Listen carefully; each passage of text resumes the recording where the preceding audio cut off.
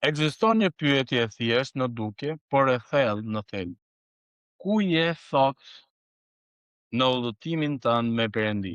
Bibla, nga Zanafilla deri te zbulesa, është historia e Perëndisë që kërkon njeriu, histori udhëtimesh të gjata, të vështira, të mbushura me sprovë dhe hir. Jeremia kapitulli 1:5 thot: para se të formoja në barkun e nënës të njoh. Unë i di të gjitha, thot Perëndia. Edhe ne kemi pikërisht të privilegj të madh, le të themi, që Perëndia, siç u thash edhe pak më përpara, që Perëndia na zgjodhi ne, jo ne Perëndi. Dhe për shkak se na zgjodhi Perëndia, ai na do deri në mënyrë sakrifikuese, deri në pikë sakrifikuese. Është kjo në një farë mënyre, kjo jep edhe përgjigjen pyetjes që na bëjnë fëmijët tanë. Po mirë, po pse më bëre ti mua? Sepse, siç thot Perëndia, unë të dua. Dhe Perëndia na ka dashur dhe na don deri në pikën maksimale të mundshme, pikë sakrifikuese pra. Edhe ne jemi pikërisht te kjo pjesë ku Perëndia na ka dashur dhe na do. Po të shikojmë pak, neve do të ndalemi tek 6 hapa që do të shikojmë së bashku në udhëtimin ton, që janë të rëndësishme për të qenë në udhëtimin e drejt për drejt me Perëndinë, ose në rrugën e duhur me Perëndinë. E para është thirrja. Ti nuk u nise vetë. Çdo udhëtim fillon me iniciativën e Perëndisë, jo të njeriut. Perëndia thirrri Abrahamin nga Uri, thirrri Mojsiun nga shkretëtira, Palin nga rruga e Damaskut. Thirrja nuk pret njerëz të gatshëm, ajo krijon njerëz të gatshëm.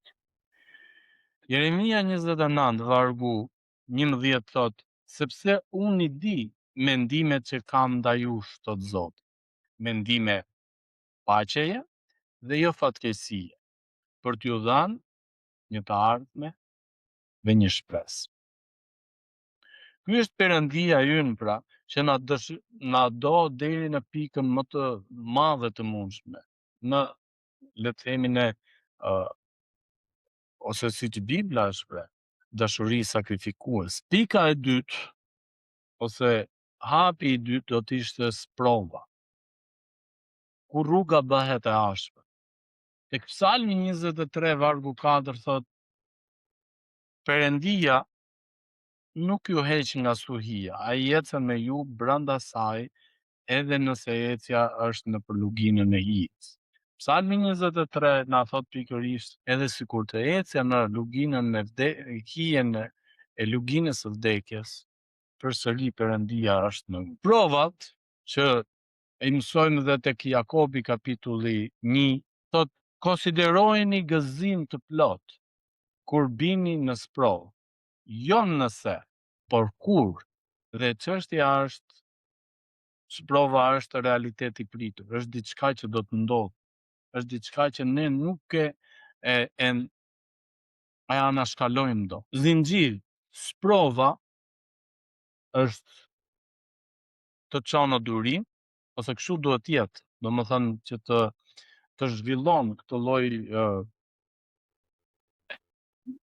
zhvillon një njeri të ri, sprova, durim, karakter dhe shpresë.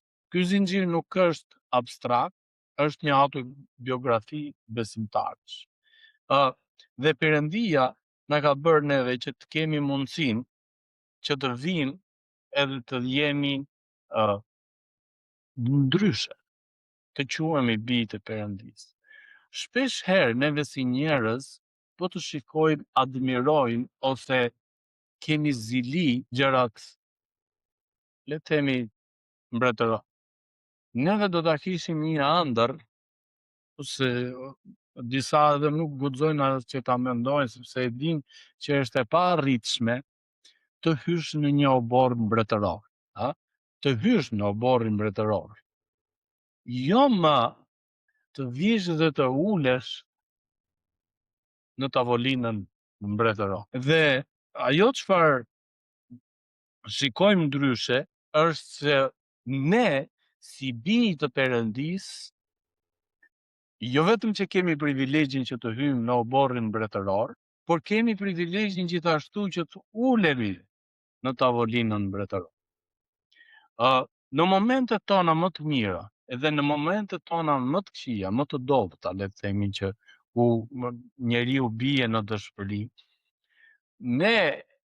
unë besoj të paktën që ne nuk do mund të arrijmë dot ta kuptojmë plotësisht ose 100%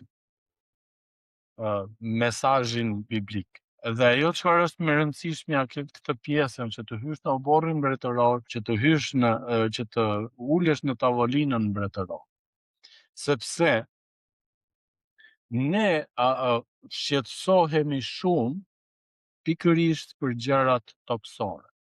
Edhe shqetësohemi se çfarë do të ham, se çfarë do të veshim, për një punë më të mirë, për të vazhduar, duke shpresuar që të vazhdojmë që të qëndrojmë në punë për një kohë më të gjatë, do Zoti nuk ka shkutime, e kështu gjërash me radhë.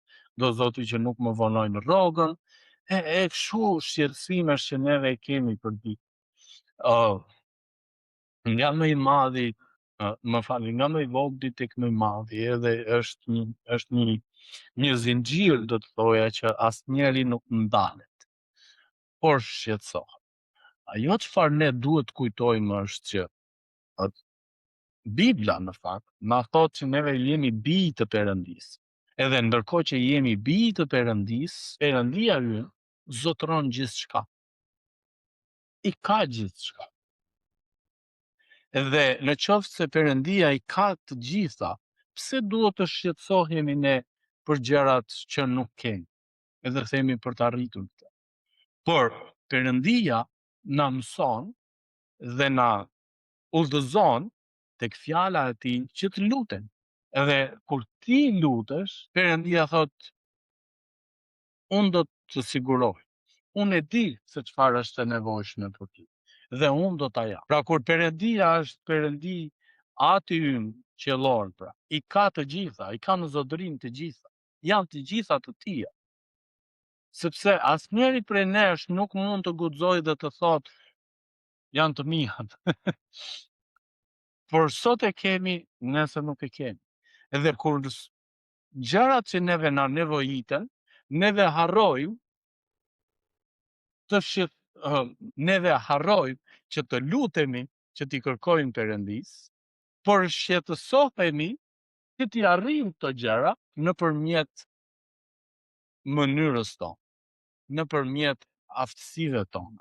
Dhe rrafim gjoksin edhe themi çfarë unë mund të bëj. Por në fakt duhet të jetë çfarë Perëndia mund të bëjë. Perëndia bën të gjithë. Dhe ndërsa Perëndia i bën të gjitha, ne duhet të shqetësohemi për këtë pjesën që ne duhet të shpenzojmë kohë me gjërat e Perëndisë, ne duhet të shpenzojmë kohë në lutje. Edhe ky është një nga mungesat tona si njerëz, sepse kur ne lutemi në mënyrë të tillë me dyshim. Ju ka ndodhur që shpesh kur jeni duke kërkuar diçka, edhe një afër me ju të sugjeron, po shko thuaj, edhe ti që thua, pa ja, se ban ma, ja, do vijaj të shqetësohet për mua.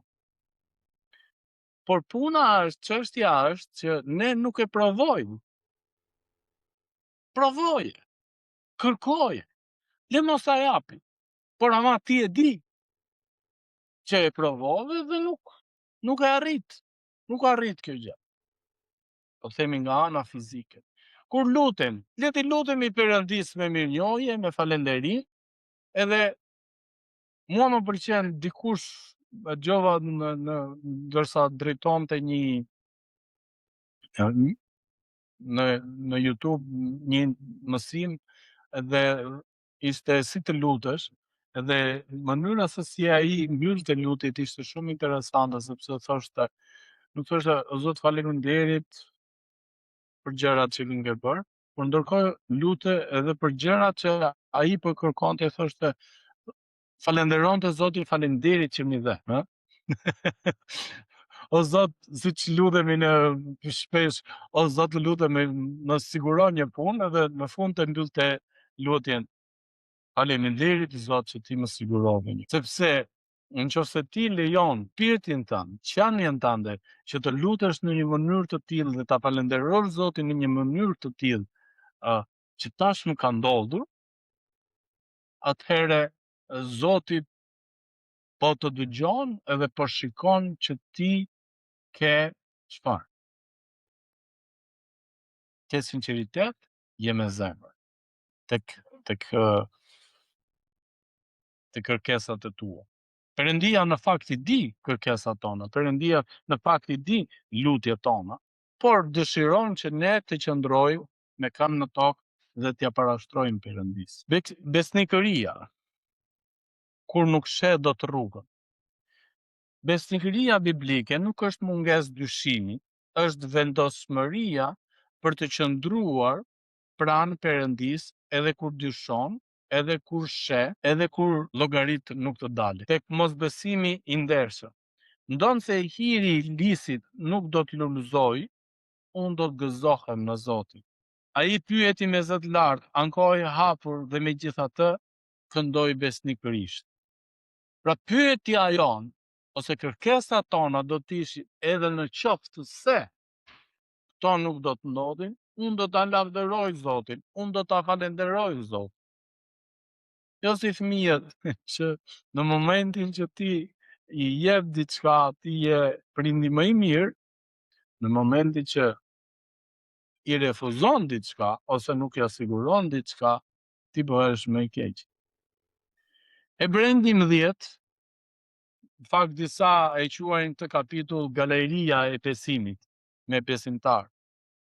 Besa është siguria e gjërave që shpresojmë, pra besimi është siguria e gjërave që shpresojmë, prova e gjërave që nuk shihen. Ata nuk e mohojnë largësinë, e pranojnë dhe zgjedhin të ecin megjithse nuk shikojnë deri në fund të tunelit, që mund të themi ne. Premtimet. Zëra brenda stuhis. Mos ke frikë, sepse unë jam me ty, Isaia 41, vargu 10. Mos u tram, sepse unë jam Perëndia yt, unë do të forcoj, do të ndihmoj dhe do të mbaj në dorën time të djathtë. Pra Perëndia nuk premton ti shmang ujërat, ai premton pranin gjatë kalimit nëpër to.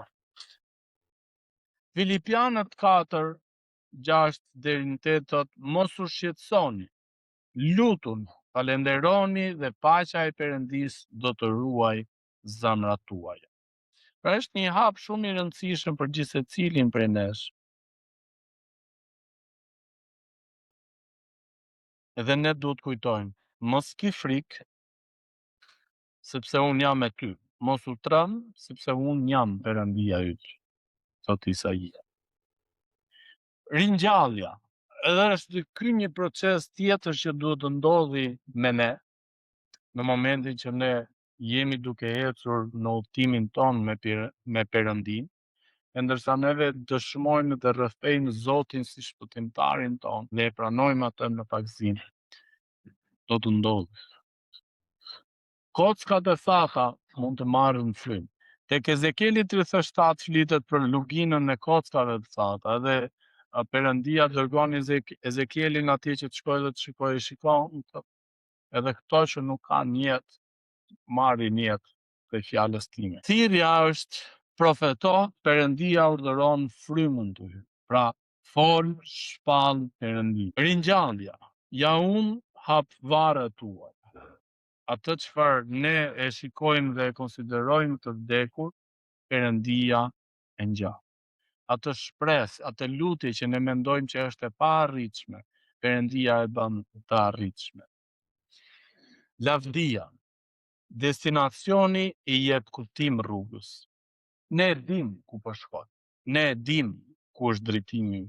Ne duam, pra kemi vendosur që kemi një marrëdhënie me Perëndin dhe duam të shkojmë në prezencën e Zotit. Zbulesa 21 vargu 1 deri në 4 na thot edhe tregon që është kulmi i tërë historisë biblike. Imazhi që ndron nuk është fron, nuk është qytet me ar, është bashkësia, pra me Perëndin. Ja çadra e Perëndis është me njerëzit. Vuajtjet e kohës nuk ja vlen të krahasohen me lavdinë që do të shfaqet, pra me Perëndin.